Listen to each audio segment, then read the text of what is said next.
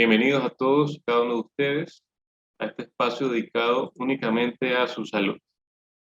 Empezamos ahora a compartir pantalla para así empezar a la brevedad posible en virtud del tiempo y de la puntualidad.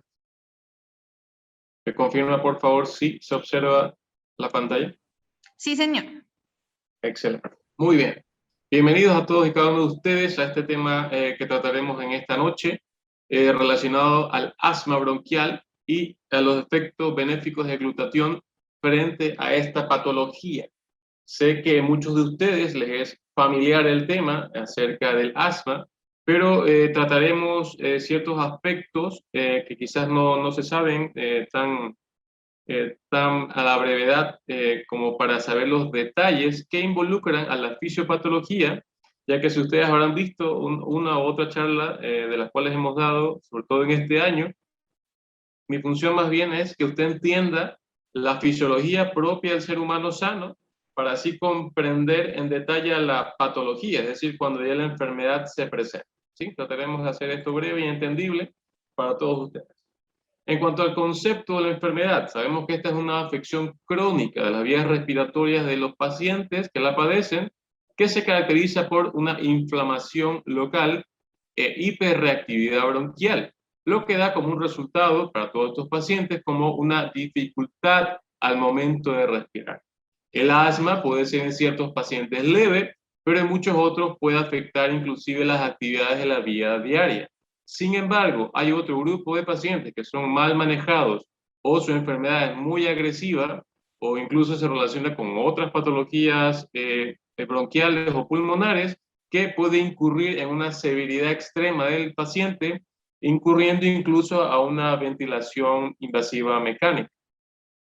Como hiperactividad bronquial, si se lo estaban preguntando, esto significa que hay una broncoconstricción, es decir, el bronquio de los pacientes se cierra, van a haber tapones mucosos por una hiperproducción de esta sustancia, del moco propio del bronquio, va a haber un aumento de la inflamación y por ende ciertas exacerbaciones, que con exacerbaciones nos referimos a los cuadros críticos asmáticos, ¿no? En donde el paciente tiene toda la sintomatología florida de la falta de respiración, el ahogo que respira el paciente, que esto es muy clásico en cada uno de los pacientes asmáticos. Si es que hay un colega acá presente, sabrá de qué estamos hablando, ¿no? Sin embargo, ya trataremos en detalle la sintomatología. Bien, hablaremos brevemente de la embriología para que ustedes sepan en detalle la función específica de ciertas células pulmonares, sobre todo en el alveolo, que es la unidad funcional propia de los pulmones, para que ustedes sepan en detalle cómo funciona. Sabemos que en cuanto a embriología se trata, es decir, el inicio de la vida humana que está en el vientre materno, se empieza a hacer un esbozo, ¿no?, de lo que vendría a ser a futuro el aparato respiratorio en una estructura denominada como divertículo respiratorio, es decir, algo muy primitivo. Por eso les he puesto acá la imagen del botón de la flor. Al inicio no se diferencia bien todas las estructuras, parece una sola estructura. Sin embargo, mientras va evolucionando, mientras va a haber un paso del tiempo, sí que se va formando y va madurando a su forma final. Es exactamente lo mismo, ¿sí?, en el feto, en el producto de la concepción. Ahora, esto ocurre, esta diferenciación, este inicio de la aparición del aparato respiratorio, ocurre entre la semana 3 y 4 de gestación, en lo que se denomina el periodo somítico del embrión, en donde ya existe un esbozo, lo que a futuro vendría a ser en el paciente el aparato digestivo. Es decir, se forma a raíz de un primer esbozo del aparato digestivo, ¿sí? Hay ciertas fases pulmonares que vamos a tratar, que son 4: fase embrionaria, pseudoglandular, canalicular y fase sacular. La primera de ellas es toda la fase primitiva de la formación de estos componentes pulmonares. Se forma un tubo primario mediano que vendría a ser a futuro la tráquea, la cual empieza discretamente a bifurcarse y hay un brote derecho que se divide en 3 ramas primarias y hay un brote izquierdo que se divide en 2 ramas. Lo que en este gráfico se observa cómo se diferencia de la estructura digestiva, se va formando una estructura aledaña, ¿sí?, que vendría a ser el primer esbozo de la formación de los bronquios, ¿no?, de los bronquios pulmonares.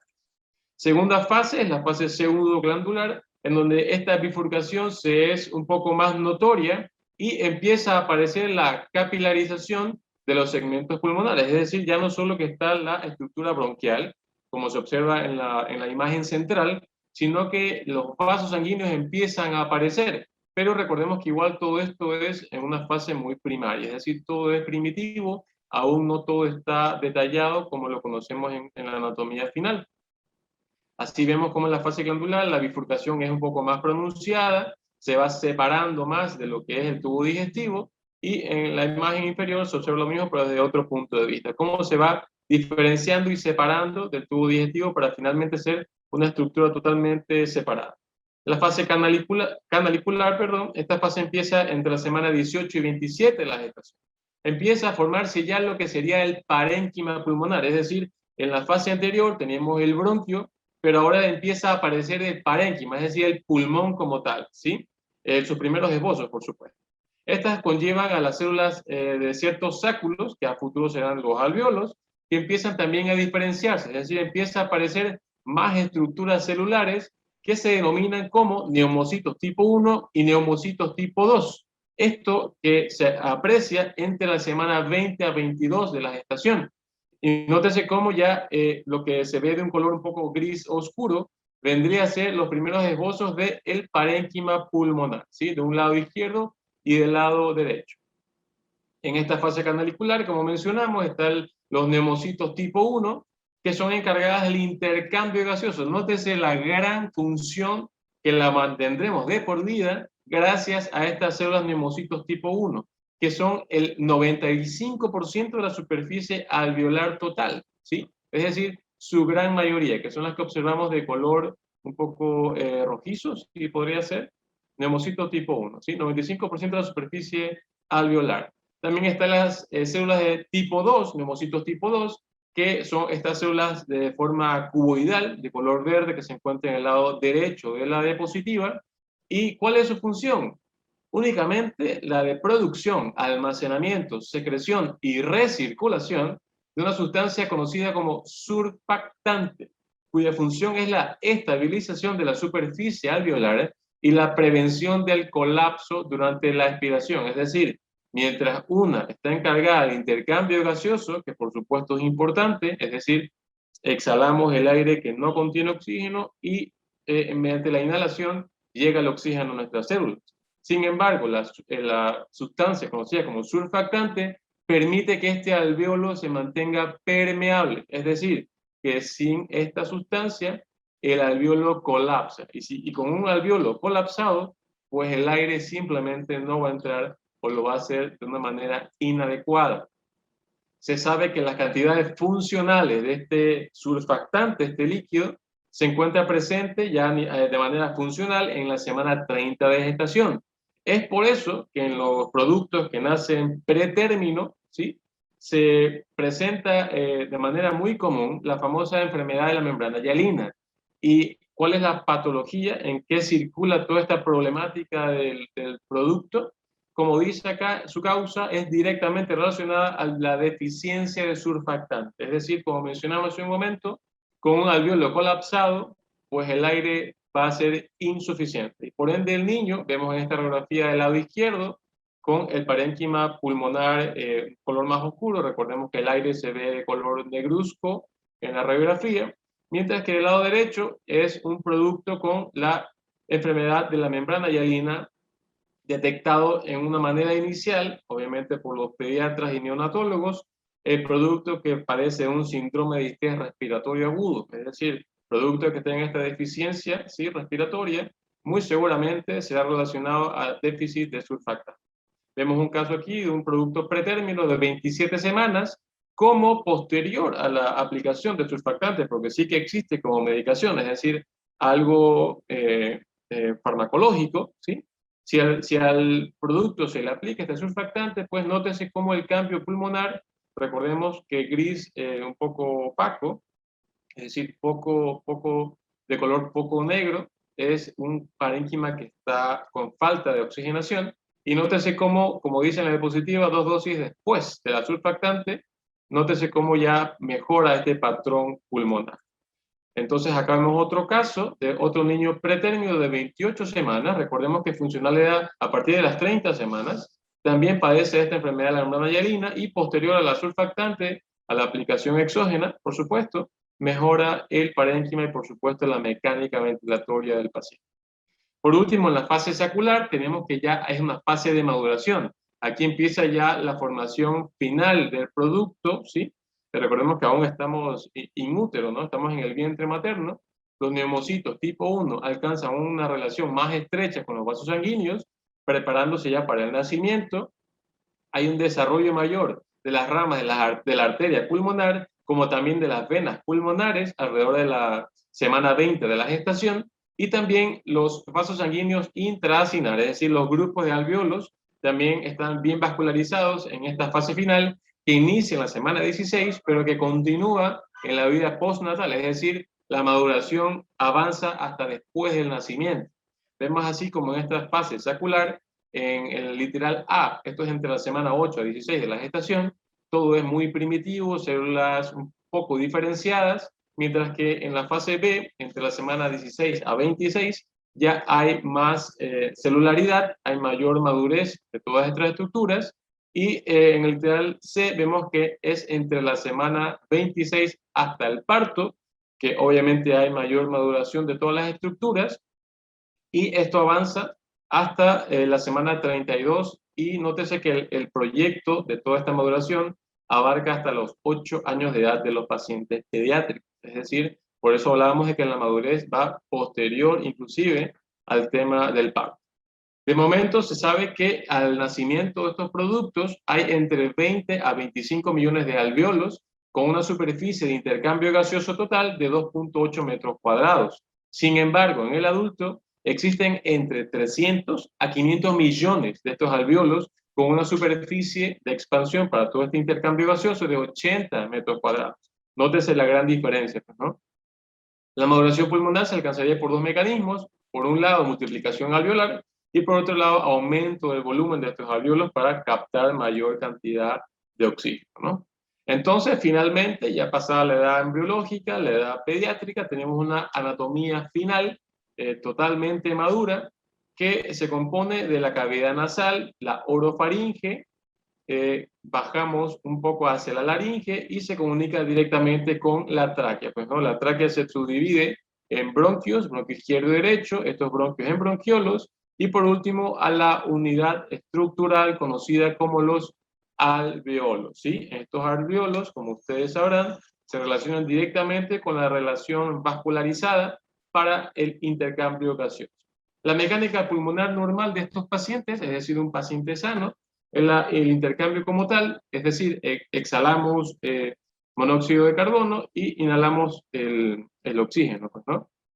Esta movilización de la inspiración se debe a la resistencia elástica del pulmón, que se opone a la distensión pulmonar, y la resistencia de la vía aérea, que se opone al paso del aire. Es decir, es una lucha constante de presiones internas para que exista el paso de un componente aéreo que está relacionado directamente con su función.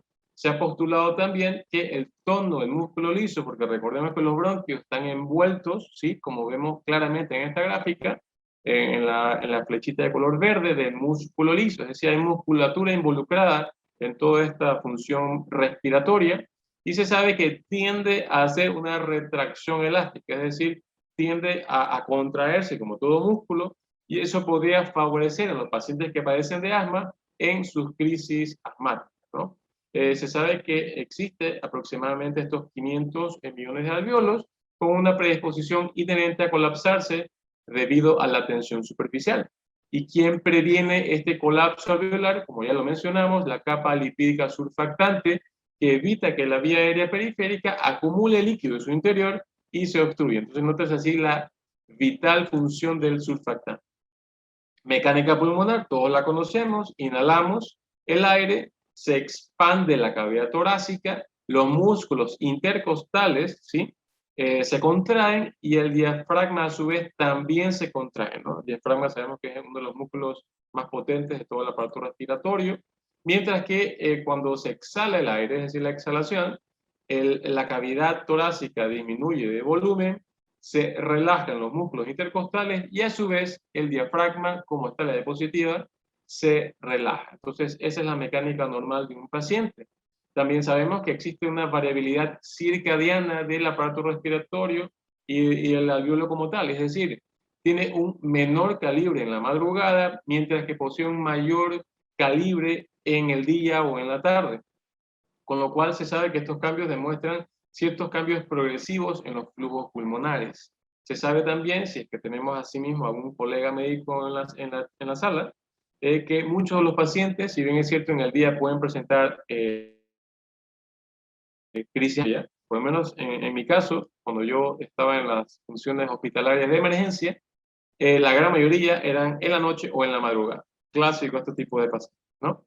Entonces, resumen, esto es un ciclo ininterminado que inicia en el nacimiento y concluye con el paciente finalmente deja de existir. Esto debe ser totalmente armónico y sincronizado, como lo vemos acá en este gráfico que se los he puesto. Esto está involucrado directamente con la función cardiovascular, ¿sí? Nótese cómo llega la sangre sin oxígeno por las venas cavas, llevan esta vena sin oxigenar a los pulmones y la sangre regresa oxigenada para ser enviada por la aorta a todas nuestras células. ¿Por quién es este intercambio gaseoso? Pues, como lo vemos acá al lado derecho, por el alveolo. El alveolo es el que capta este oxígeno, perdón, este CO2 y envía el oxígeno a la sangre, ¿no? Creo que está bastante claro por ese lado. Empezamos entonces con la epidemiología mundial. Se sabe que el asma es una de las principales enfermedades no transmisibles que afecta a niños y adultos. Una enfermedad crónica es más común en niños, ¿sí? Son una de sus grandes importancias en pediatría. Y en la actualidad existen unos 235 millones de personas en el mundo con asma. Más del 80% de las muertes por asma tienen lugar en países con ingresos bajos o con bajo presupuesto en total, ¿no? Es decir, de bajo desarrollo, como la gran mayoría de los países latinoamericanos. El asma representa una importante carga para los pacientes y sus familias y también para el Estado, y puede limitar la actividad del paciente durante toda su vida. Las estimaciones de la Organización Mundial de la Salud para el año 2016 es que causaron entre alrededor de 417.918 fallecimientos a nivel mundial y provocó gran discapacidad funcional en la mayoría de estos pacientes, sobre todo adultos, ¿no? En Latinoamérica se sabe que hay más de 40 millones de personas asmáticas a la actualidad con una prevalencia variada. Nótese que en Perú hay 33.1% de esta prevalencia, mientras que en Guatemala hay un 2.4%, ¿sí? Sin embargo, se sabe que los factores ambientales y genéticos juegan un rol fundamental en la aparición de esta enfermedad. En un estudio EIRLA, que es el Asthma Insights and Reality in Latin America, reportó que el Ecuador posee un 55% de ausentismo escolar relacionado al asma, mientras que un 37% de los pacientes asmáticos adultos reportaron ausentismo laboral. Es decir, afecta tanto a niños y adultos de manera funcional en su día a día. En el Ecuador sabemos que nuestras estadísticas son un poco escasas. Lo que encontré yo en la investigación para esta charla es que en el 2010 se encontró un registro de 3.275 nuevos casos, ¿sí?, de asma, con una tendencia a aumentar, ¿sí?, una tendencia al aumento de casos anuales, y esto viene siendo gradual y progresivo hasta la actualidad. Prevalencia general para el Ecuador es del 10.9% para toda la población. También se sabe que existe una clasificación del asma, por supuesto en adultos, y niños es un tema totalmente independiente. Sabemos que existe un asma intermitente, un asma persistente leve, un asma persistente moderada y un asma persistente grave. Todo esto relacionado a los síntomas diurnos, a los síntomas nocturnos y a la espirometría, que es un examen indispensable a realizar en todos estos pacientes, ¿sí? Fisiopatología. Esta es una de las partes más importantes de toda esta charla, ya que entendiendo esto sabemos cómo funciona la enfermedad y cuál es el rol que cumple el glutatión en el asma. Empezamos. La fisiopatología del asma está relacionado directamente con un estímulo externo. Esto puede ser directamente vinculado a la polución, a ciertos alergenos como virus, bacterias u otro tipo de alergenos, como por ejemplo la caspa de estos animalitos, el pelaje de ciertos animales también, ¿no? Una vez que este estímulo entra en contacto con un paciente predispuesto genéticamente a padecer la enfermedad, se forman ciertos factores intrínsecos propios del paciente, es decir, un paciente que ya está predispuesto a padecer de esta patología bronquial. Se activan las células epiteliales que expresan ciertos receptores, como lo vemos aquí al lado derecho, ¿sí? Ciertos receptores, estos receptores vinculados estrictamente al patrón de reconocimiento asociado a moléculas patógenas, receptores del tipo TOL y ciertos otros receptores endógenos como el ácido úrico adenosín trifosfato, ¿sí? Todo esto activa a las sustancias proinflamatorias conocidas como las citoquinas y también vinculado a la cascada inmunológica del asma. Cascada inmunológica del asma que está relacionado a células dendríticas, linfocitos T, ciertas citoquinas como las interleuquinas 4, interleuquina 5, interleuquina 13, ciertos linfocitos T helper 2, T helper 17, T helper 1, vinculados directamente a la producción de mayor inmunidad, mayor respuesta inmunitaria que finalmente produce mayor inflamación en la vía aérea del paciente. También se ha vinculado la producción de los eosinófilos, por supuesto relacionados a la interleuquina 5 y a los linfocitos helper 2. También se sabe que la histamina, relacionada a toda esta cascada inmunológica, es una sustancia proinflamatoria que va a incurrir directamente sobre el epitelio bronquial, haciendo que este paciente finalmente, por el exceso de inflamación, ¿sí?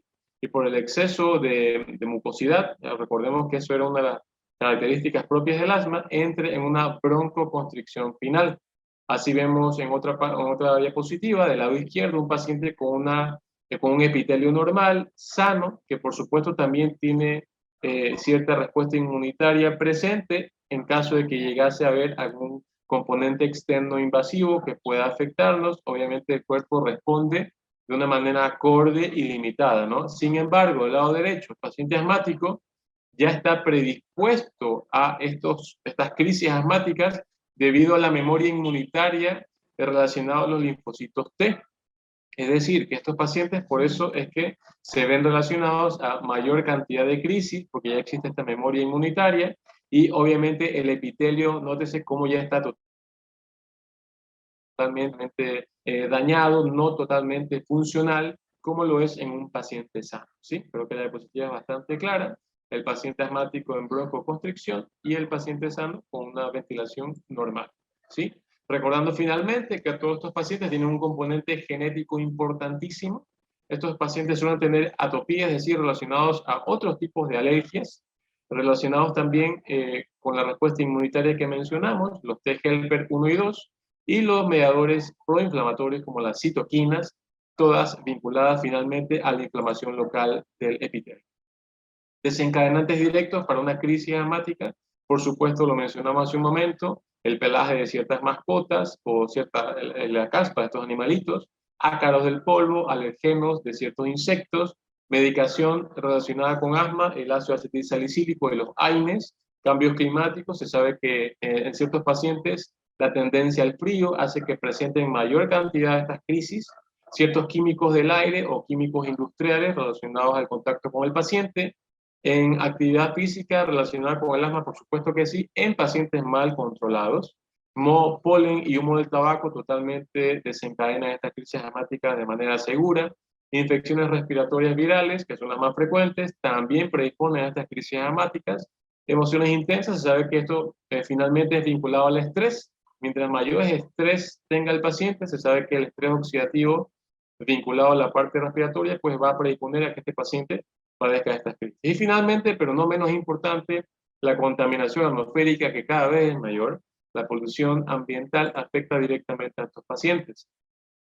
Otros factores de riesgo asociados a los pacientes son aquellos pacientes, individuos que tienen otros miembros familiares que también padecen asma o de algún otro trastorno de tipo alérgico, como por ejemplo la rinitis, los eczemas u otras afecciones alérgicas en padres, ¿sí? O quizás en hermanos también, ¿no? La urbanización, ¿a qué nos referimos con esto? Al estilo de vida.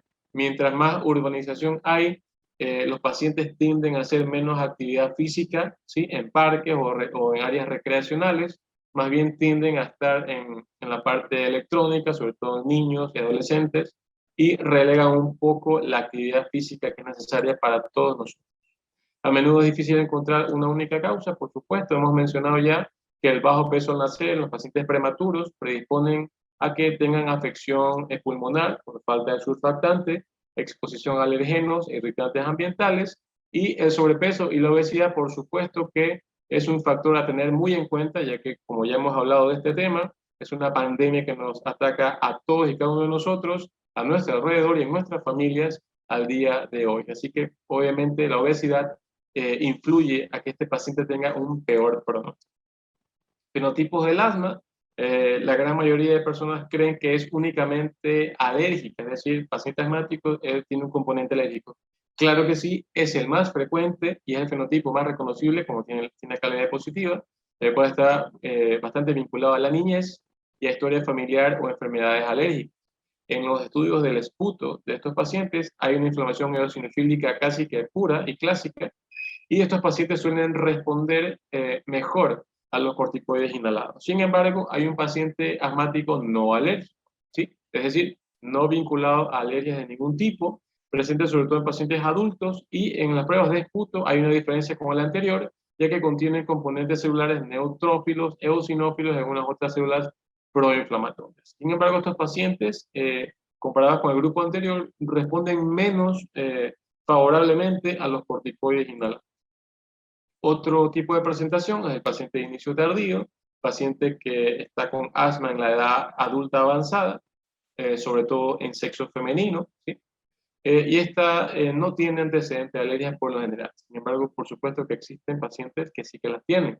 Existen pacientes que tienen limitación del flujo del aire continuo, es decir, que no solo cuando el asma está pronunciada en una crisis asmática, sino que de por sí tienen un poco flujo de aire debido a la inflamación y a la remodelación de la pared de la vía aérea, es decir, permanece de por sí inflamada. Y como mencionamos hace un momento, el paciente relacionado a la obesidad presenta sintomatología respiratoria acentuada con pequeña evidencia de inflamación eosinofílica. Diagnóstico netamente clínico, sabemos que esto es valorado por el médico desde que el niño está muy pequeñito, si es que llegase a padecer de estas crisis respiratorias, obviamente haciendo el diferencial inicial con la bronquiolitis, que es una entidad clínica totalmente diferente en la edad pediátrica. Diagnóstico diferencial se hace directamente con la enfermedad pulmonar obstructiva crónica, conocida como EPOC. Esto tiene un patrón obstructivo, que este patrón obstructivo es el patológico sin duda, porque hay un patrón normal, que sería un paciente que no tiene ninguna de estas dos entidades, pero si un paciente tiene un patrón por espirometría obstructivo, tendríamos que diferenciarlo como a través del uso de los broncodilatadores. Esto por lo general es el famoso salbutamol. Si el paciente mejora con un broncodilatador, el diagnóstico es asma. Sin embargo, si no mejora con estos broncodilatadores, su diagnóstico sería la enfermedad pulmonar obstructiva. La relación de espirometría es el BF1 con la CBF menor al 70%. ¿Sí? BF1 es el volumen expiratorio del primer segundo y la CBF es la capacidad vital forzada. El diagnóstico diferencial, como mencionamos con EPOC, este es quien más se vincula, ¿no?, a un diferencial inicial de un paciente relacionado a la edad de inicio. Sabemos que el asma puede ser en cualquier edad, ¿sí? Dejando esto muy en claro, los ciertos pacientes piensan que solo es pediátrico. Por supuesto que no, puede ocurrir a cualquier edad, mientras que en el EPOC por lo general se ve clásicamente en el adulto. Tabaquismo, adulto mayor de 40 años, ¿no? Tabaquismo, esto es indiferente en el asma, mientras que en el EPOC casi siempre está relacionado a esta enfermedad. Es decir, paciente con consumo de tabaco aumentado, se sabe que en su edad avanzada sin duda va a padecer esta enfermedad pulmonar obstructiva crónica. Rinitis, conjuntivitis, dermatitis, muy frecuente en asma, infrecuente en EPOC. Antecedentes familiares, por supuesto, frecuente en asma, como ya lo hemos mencionado. En el EPOC esto no es valorable, ya que se relaciona directamente al tabaquismo. Variabilidad de los síntomas, por supuesto que sí, en el asma, y mientras que en el EPOC no hay tanta variabilidad. Es reversible a la obstrucción, el asma es significativamente reversible, mientras que en el EPOC esto es mucho menos reversible, ¿no? La expansión de los bronquios en el EPOC casi que es imposible. Hay cómo manejarlo, por supuesto, pero no es como el asma, que sí que se puede revertir una broncoconstricción. Respuesta a los corticoides, como mencionamos, asma muy buena, y en el EPOC es indeterminada, es decir, poco útil, no tan marcada como en el asmático. Sintomatología, como hemos visto en la fisiopatología de la enfermedad, mientras haya una broncoconstricción, haya una hipersecreción y por ende una obstrucción, el paciente va a tener sintomatología respiratoria florida, con tos, disnea, es decir, falta de respiración, la percepción del paciente de que le falta el aire, así lo determina el paciente de manera global, y la sibilancia, que es la percepción del examinador al momento en el paciente está expirando el aire, ¿no? La expiración. La sibilancia es el sonido que el examinador percibe de este paciente que está con la broncoconstricción clásica. Inclusive a veces es audible sin el estetoscopio, cuando son casos muy marcados. Complicación del asma, inclusive puede llegar al paciente no responder a toda esta farmacología que le veremos más adelante y presentar un síndrome de distrés respiratorio agudo, tan agresivo, que el paciente sin duda necesitará de ventilación mecánica invasiva, conocida como intubación, por supuesto en áreas de emergencia y, cómo no, terapia intensiva, si el paciente está muy grave. Guía GINA, GINA es las siglas de Global Initiative for Asthma, es decir, la entidad mundial encargada del manejo anual de toda esta patología vinculada al asma. Así, nótese la importancia mundial que tiene esta patología, que año a año nos están actualizando de los protocolos a seguir. En este caso lo veremos muy por encima, ya que obviamente esto es solo para que usted entienda la idea de cuáles son las guías GINA de este año. El paciente que llega a la emergencia o que es valorado por un médico, un examinador, si tiene síntomas clásicos del asma, si en la historia clínica detallada se sabe que el paciente está directamente vinculado al asma y es poco frecuente o poco recurrente a que sea otro diagnóstico diferencial, podemos empezar con un tratamiento empírico directamente relacionado para el asma, ¿no? Sin embargo, si el paciente tiene una espirometría que también nos indica que el paciente es asmático y no tiene EPOC, es decir, un asma pura, también procedemos al tratamiento ya que nos ha confirmado el diagnóstico de la espirometría. Mientras que si el paciente no tiene una sintomatología clásica, más bien tiene otros componentes clínicos que nos hace sospechar de otra patología, este paciente va a necesitar de confirmación de otras pruebas diagnósticas, con lo cual podríamos tratar para otros diagnósticos alternativos asma y EPOC, ¿sí? Así vemos como el diagnóstico diferencial para el asma es muy amplio. En edades entre 12 a 39 hay ciertos diferenciales. En mayores de 40 años, por supuesto que hay otra gama de patologías. Y para todas las edades, por supuesto que está la enfermedad muy conocida por todos nosotros como lo es la tuberculosis. Afecta a niños y adultos por igual. Se sabe también que para el control frecuente del paciente hay ciertos cuestionarios que debe llenar frecuentemente o periódicamente el paciente que está en control por su enfermedad relacionado a los síntomas diurnos del asma, si son más de 2 veces por semana, si por las noches se levanta, ¿sí? Al momento de estar ya descansando, debido a estas crisis de asma, si requiere de otras medicaciones farmacológicas para poder aliviar estos síntomas del asma, que sean más de 2 veces por semana, y si limita su actividad física debido a su enfermedad, ¿sí? Si es sí o no, hay cierta puntuación que más o menos nos orienta que el paciente está bien controlado o mal controlado, ¿sí? Así sabemos entonces que para todo paciente debemos primero saber la historia clínica completa, la clínica del paciente, haberlo examinado, y dependiendo de cómo el paciente inicie, es decir, si los síntomas son muy marcados o si son poco habituales en los pacientes, pues están los steps que nos dice la guía china del 2021, con el step 1 y 2, con las dosis bajas de formoterol y los corticoides inhalatorios, mientras que en los steps siguientes ya obviamente abarcamos mayor dosificación de toda esta farmacología y por ende también uso inclusive de anticuerpos monoclonales. En la fase mayor, cuando la enfermedad es muy agresiva, por supuesto esto lo hace un especialista, un neumólogo, ¿no? Se sabe también, les he puesto esta otra diapositiva también de la guía Gina 2021, que si el paciente tiene una severidad del caso, es decir, inclusive tiene la escala de coma de Glasgow, es decir, su valoración neurológica está alterada, el paciente está mareado, desorientado, ¿sí? Tiene poca ventilación, se entiende que está en una hipoxia cerebral, ¿sí? Es por ello la confusión y el estado neurológico alterado del paciente. Sin duda que el paciente es candidato a que la terapia intensiva se haga cargo del paciente si es que el manejo inicial de emergencia no es suficiente para manejar los casos. Es decir, un paciente crítico asmático puede inclusive llegar a tener una intubación por emergencia y pasar su instancia hospitalaria en terapia intensiva. ¿Qué nos dice la guía Gina 2021 relacionado al COVID-19? Como ustedes comprenderán, esto es ahora muy importante tratarlo. Lo que se nos dice acá es que si bien es cierto, el asma no fue vinculado a un mayor riesgo de adquirir la enfermedad, ¿sí? El COVID-19, sin embargo, los pacientes que habían sido mal manejados, ¿sí? Con asma, tenían mayor cantidad de dosificación de los corticoides, ¿sí?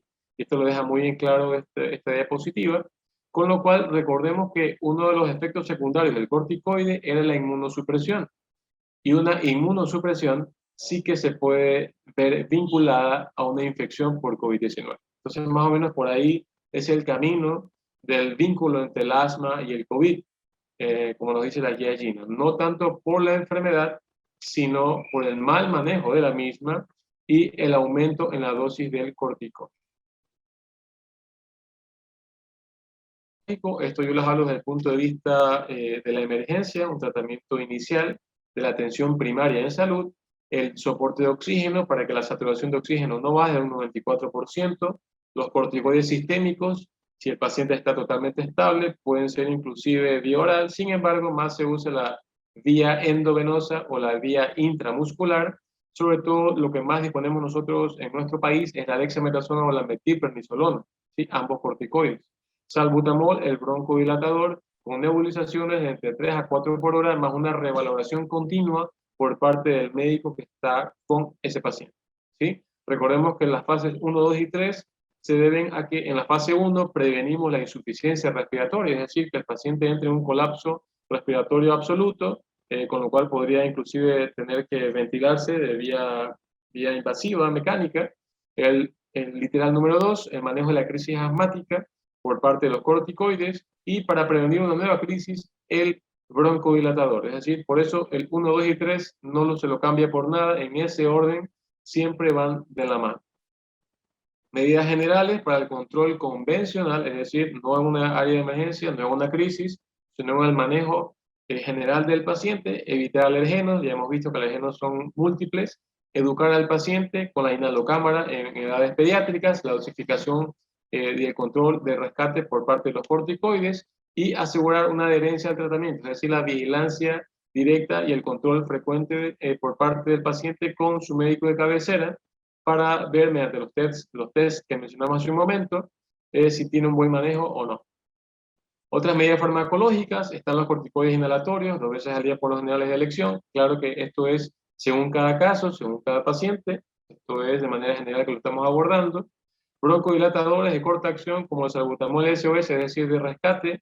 Sin embargo, en los pacientes con alguna cardiopatía se reemplaza el salbutamol por el bromuro de ipratropio, que es otro broncodilatador no agonista beta 2, ¿sí? Sino que es anticolinérgico. ¿Qué significa? Que el salbutamol predispone a que el paciente cardiópata pueda presentar taquicardias, palpitaciones o alguna complicación cardiológica relacionada a estos agonistas beta 2. Por eso es que se los cambian a estos pacientes.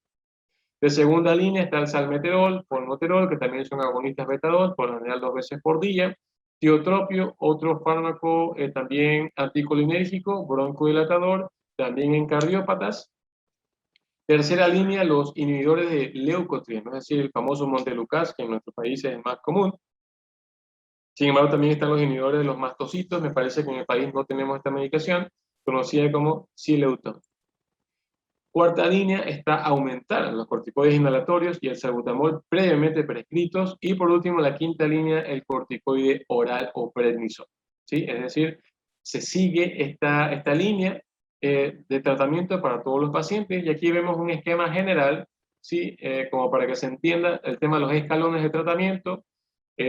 Por un lado, en la parte superior están los fármacos de elección, los fármacos de segunda línea y a demanda, es decir, según cómo sea cada caso individual de los pacientes. Tenemos los fármacos conocidos como el SABA, que son los broncodilatadores de acción corta agonistas beta 2. Tenemos los GCI, que son los glucocorticoides inhalatorios. Tenemos a los ARLT, que son los antagonistas, los receptores de los leucotrienos. Tenemos a la medicación conocida como LABA, que son los broncodilatadores agonistas beta 2 de acción larga. Y también tenemos otras medicaciones como los corticoides orales. Nótese cómo en todos los escalones, hasta en el escalón 6, que es propio del especialista neumólogo, aquí es donde les mencionaba que se puede usar inclusive estos fármacos anticuerpos monoclonales, ¿sí? Relacionados al orlizumab y otros anticuerpos monoclonales que son muy conocidos ya en nuestros medios, ¿sí? Desde el tema de la pandemia, ¿sí? Todos tenemos un poco de conocimiento de todos estos fármacos, que sepan que se usan también en el escalón 6 del asma, es decir, un paciente que tiene una enfermedad muy agresiva o que tiene un mal manejo de su enfermedad. Educación, control ambiental, nótese como ya se lo indica siempre en todos los pacientes, y tratamiento de la rinitis y comorbilidades en los pacientes. El enemigo silente, y aquí entramos ya en materia de glutatión propiamente dicho. ¿Quién sería el enemigo silente que está asociado a toda esta enfermedad y a su fisiopatología? Pues lamentablemente es el mismo hombre como especie, ya que se sabe que mediante el progreso de las industrias que contaminan el medio ambiente, que todo esto es nocivo para la salud poblacional de todos los individuos como especie, como raza humana. Sin embargo, esto sigue ocurriendo y esto va en aumento. Esta página del teorema ambiental, que se recomienda como para temas relacionados al medio ambiente y contaminación, se sabe que al 2016 ya existía contaminación ambiental que mata más personas que ciertas guerras que han sido vistas en el mundo. Se estima que por lo menos 12 millones de muertes estuvieron directamente relacionadas con deterioros del entorno y 7 millones de estas muertes vinculadas con la contaminación del aire para el 2012. Para el 2021, ¿sí? Año en curso, ¿qué nos dice la revista The Guardian? Que la polución del aire mata más personas que el tabaquismo, que los accidentes automovilísticos o que el VIH. Nótese entonces así la importancia de la polución y la contaminación del aire para todos nosotros. Por parte de la OMS, se nos dice que 250.000 muertes adicionales podrían ocurrir cada año entre el 2030, que nos falta mucho para aquello, y el 2050, sobre todo relacionado a desnutrición, malaria y otras enfermedades relacionadas al cambio climático que, como ustedes sabrán, ya existe y ya está presente. Sobre todo también vinculadas no solo en áreas subdesarrolladas o poco desarrolladas, como lo sería Latinoamérica, sino que también se ve en países muy desarrollados, como Europa o inclusive los Estados Unidos de Norteamérica. Cada año mueren 700.000 personas por exposición sin control a sustancias nocivas como el plomo y los asbestos. 600.000 personas han muerto en los últimos 20 años relacionados a desastres climáticos relacionados con el medio ambiente, es decir, deslaves, inundaciones, etc. ¿no? Todo esto es un solo engranaje relacionado al cambio climático. Sabemos que las temperaturas en el mundo han subido exponencialmente desde el año 1980 a la actualidad. En la emergencia climática, vimos hace poco en un reportaje de una revista ecuatoriana conocida como Vistazo, en lo cual resumía en breves palabras que la emergencia climática, en los próximos 20 años la temperatura de la Tierra alcanzará el aumento de 1.5 grados centígrados, con lo cual nos quedamos un poco más expuestos a todo el componente de dióxido de carbono que puede suceder a corto plazo, vinculados a la salud nuestra, es decir, no solo en áreas aledañas a las estructuras industriales, sino a cada uno de nosotros como ciudadanos ecuatorianos o como Latinoamérica. Si las naciones fracasan en el esfuerzo coordinado para dejar de añadir dióxido de carbono en la atmósfera, al 2050 la temperatura ambiental será un poco drástica, en cuanto al aumento y los pocos grados que parecerían pocos, ¿no? 2 a 3 grados, esto podría ser totalmente grave para el mundo. Al 2020, Euronews nos dio este reportaje muy importante de cómo el mundo respiró del lado derecho de la gráfica durante el aislamiento por el COVID-19. La imagen izquierda es previo al aislamiento, al confinamiento. Del lado derecho es cuando ya estuvimos todos en el confinamiento, aislamiento global, cómo el planeta pudo respirar de toda esta contaminación. Sin embargo, la recuperación post-COVID de todo el tema industrial ha hecho que inclusive la capa de ozono se vea mucho más afectada y ahora tenemos un componente más de contaminación que es relacionado a toda la bioseguridad, que como ustedes habrán visto en las noticias, hay un mal manejo de los desechos por mascarillas y otro tipo de equipos de protección personal.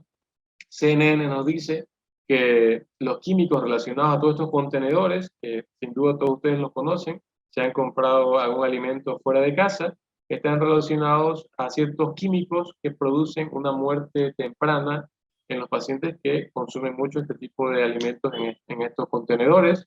Y se sabe también que la contaminación es en los océanos, no solo por parte de las colillas de los tabacos, sino también por los plásticos que se desechan. Y aquí vienen los artículos que me parecen a mí que son más drásticos y de mayor importancia de esta charla. Artículo de The Guardian, nuevamente del año 2020, hace un año nomás. Se encontraron, escúchenlo bien, microplásticos en placentas de niños que aún estaban en el vientre materno, es decir, inútero. ¿Sí? Muy alarmante. ¿Qué nos dicen? En breve resumen, que los microplásticos de estos pacientes tienen aún un impacto desconocido, pero sin duda esto no será nada bueno, que se prevé que haya un daño a largo plazo en el sistema inmunitario de estos bebés.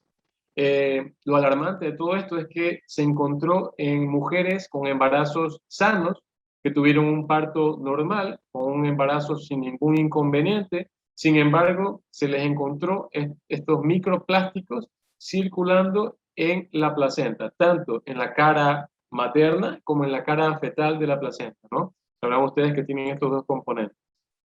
En cuanto al tamaño, es de 0.01 milímetros, lo suficientemente pequeño como para que sean transportados por el torrente sanguíneo, ¿sí? Y con todo esto se sabe que los bebés son expuestos prematuramente a los contaminantes de la polución, con lo cual se sabe que todos estos tóxicos van a hacer alguna repercusión no solo respiratoria, sino de manera general inmunitaria en estos niños. Entonces, así sabemos que desde ya la polución está afectando no solo a los adultos o a las personas mayormente expuestas por estos contaminantes, sino a los seres humanos que inclusive aún no han nacido. Entonces, esto hay que manejarlo con pinzas, esto va sin duda a traer más estudios a futuro y esperemos poder compartirlos con todos ustedes. Estudios científicos relacionados a la glutatión y al asma bronquial.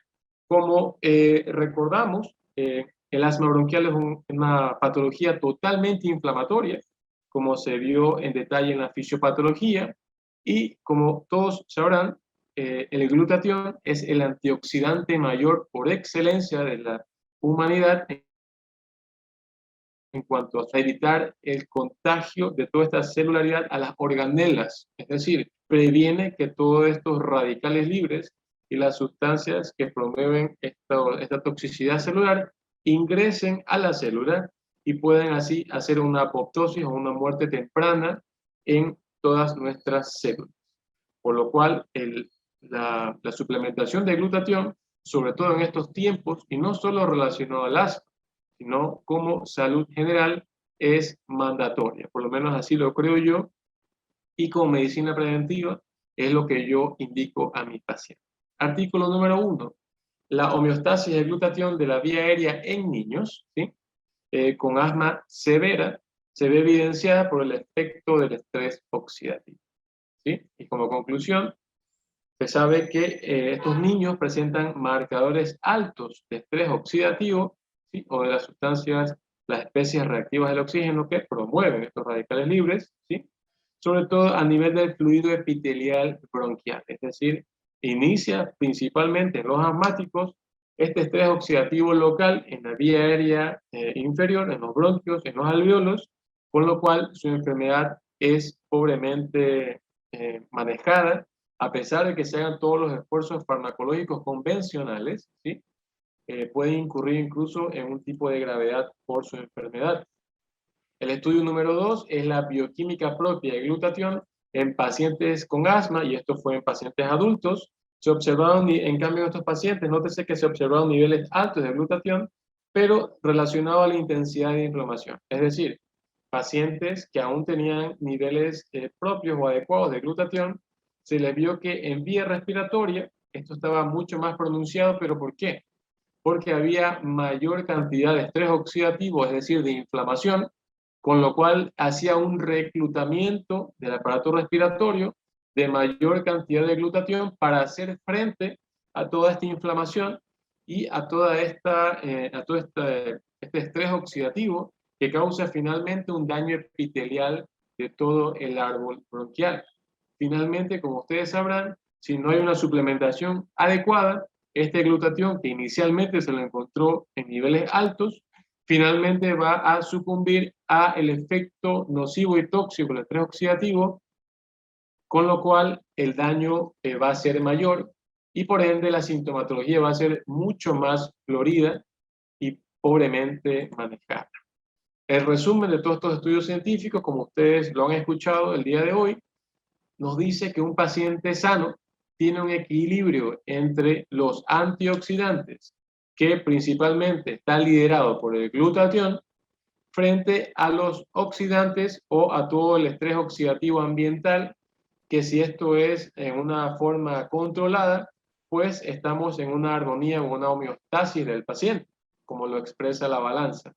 Pero en los pacientes asmáticos es mucho más el peso de los oxidantes, es decir, de los radicales libres, de la toxicidad celular, de las especies reactivas de oxígeno y por sobre todas las cosas, el impacto directo de la polución en estos pacientes, más que los antioxidantes. Es decir, la balanza cae del lado que más pesa, del lado oxidativo en los pacientes con asma, con lo cual la suplementación del antioxidante estrella, conocido como glutatión, en este caso riboceína, que es lo que ofrece Max International como molécula patentada, es quien nos va a dar la mano como una herramienta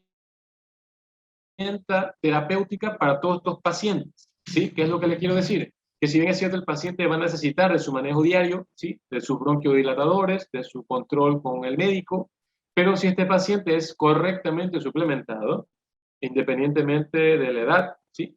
Y de la agresividad de su enfermedad, va a tener un mejor desarrollo, un mejor pronóstico y menos crisis asmáticas si se controla también el tema ambiental relacionado al antioxidante. Como conclusión, sabemos que sustancias nocivas son varias relacionadas a la broncoconstricción propia del paciente asmático, mientras que quien nos mantiene la vía aérea permeable, pues es la salud como tal, tratar de mantener una vida sana con un consumo adecuado de alimentos que nos den nutrientes propios para mantenernos sanos y por sobre todas las cosas tener una suplementación adecuada de riboceína que finalmente, como ustedes bien lo saben, se transforma en glutatión funcional una vez que ha pasado la barrera gástrica, ¿sí? Con lo cual protegemos a nuestro engranaje total que vincula la cisteína, que es la parte lábil de este componente aminoácido tripartito, como lo es el glutatión. Así se sabe que Max International en Ecuador nos ofrece una gama amplia de antioxidantes, ¿sí? Como para tener en cuenta al momento de tratar a un paciente, entre esas Max One Cellgevity, Max GXL, que es únicamente la fórmula N-acetilcisteína o NAC, ¿sí? El Max ATP, que sí que contiene riboceína, y su suplemento nutricional Max Enfuse. Es decir, tenemos como fuente terapéutica, Max International nos ofrece toda esta gama importante a tenerla en cuenta en detalle, suplementar a nuestros pacientes.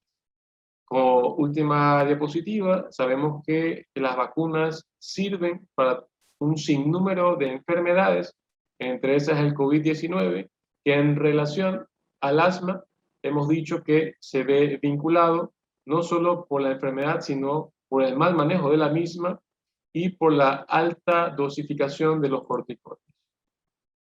Por último, los dejo con una frase de John F. Kennedy que nos dice: el momento de reparar el techo es cuando el sol está brillando. Es decir, no esperemos a padecer de alguna crisis asmática, si es que esto va directamente para los asmáticos, o para la salud general, no esperemos tener alguna enfermedad como para empezar recién ahí a suplementarnos o a buscar fuentes que nos den salud en general.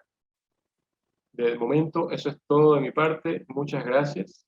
Quedo eternamente agradecido por el espacio y nos vemos muy pronto.